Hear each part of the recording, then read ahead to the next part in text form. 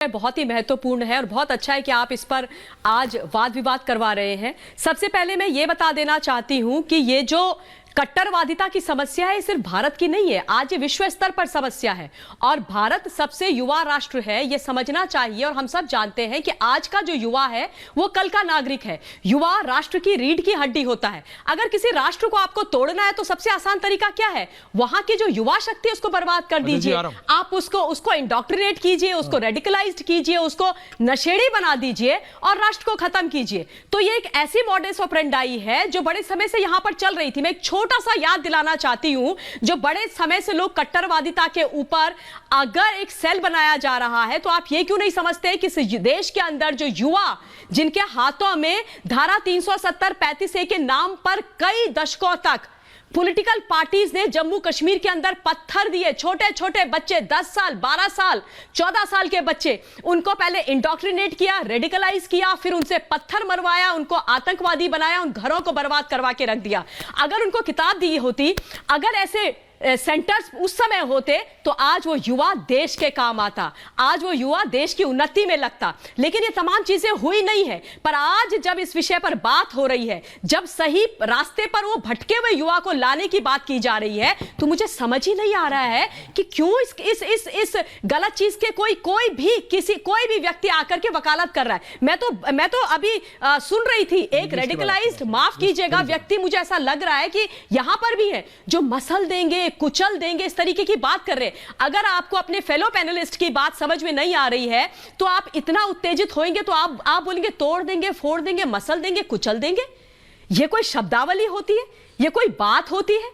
अगर आपसे यह बोला जाए कि जैश ए मोहम्मद के बारे में आपका क्या विचार है तो आप उस बात को पलट देंगे।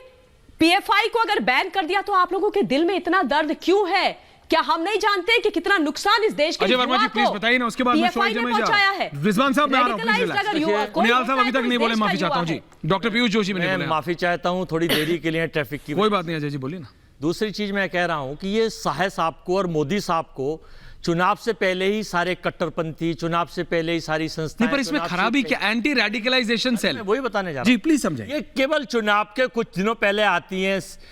हिंदुस्तान में साहब एक समान कानून, एक आचार संहिता जी, और इतने हम ये करेंगे। इन्हें मोरवी के 140 लोग याद नहीं आते, उनकी आत्माएं भटक रही हैं अभी भी, उनके लिए आज तक जिम्मेदारी नहीं ली, उनके बारे में कुछ नहीं बोलेंगे।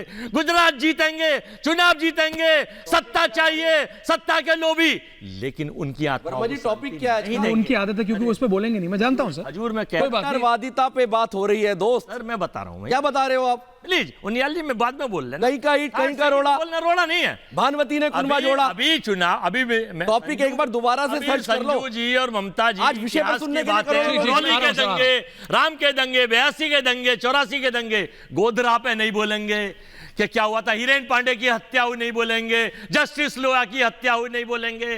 कहां है मोरबी के हत्यारे? कहां है इनके मित्र? 150 लोगों की बलि चढ़ा दी मित्रों की खातिर।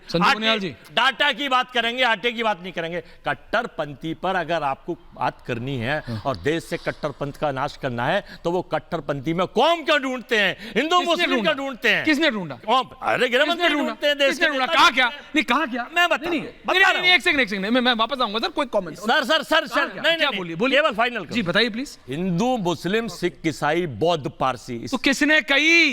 जी आप ऐसी बात भारत का संविधान देता सबको रहने का। अगर सीनियर कांग्रेस लीडर कोई भी मेंबर है, कोई भी, आप मेरे को बताओ किसी भी कौम में कह हो, दिया? किसी भी कौम में हो, उसके खिलाफ सबको समान। अजय जी किसने कहा? गृह मंत्री ने कहा क्या? नाम लिया खिलाफ समान, हिंदू मुसलमान नाम लिया क्या? और उसके खिलाफ समान कानून होना चाहिए। संजू जी आ रहा, भारत का संविधान कहता है।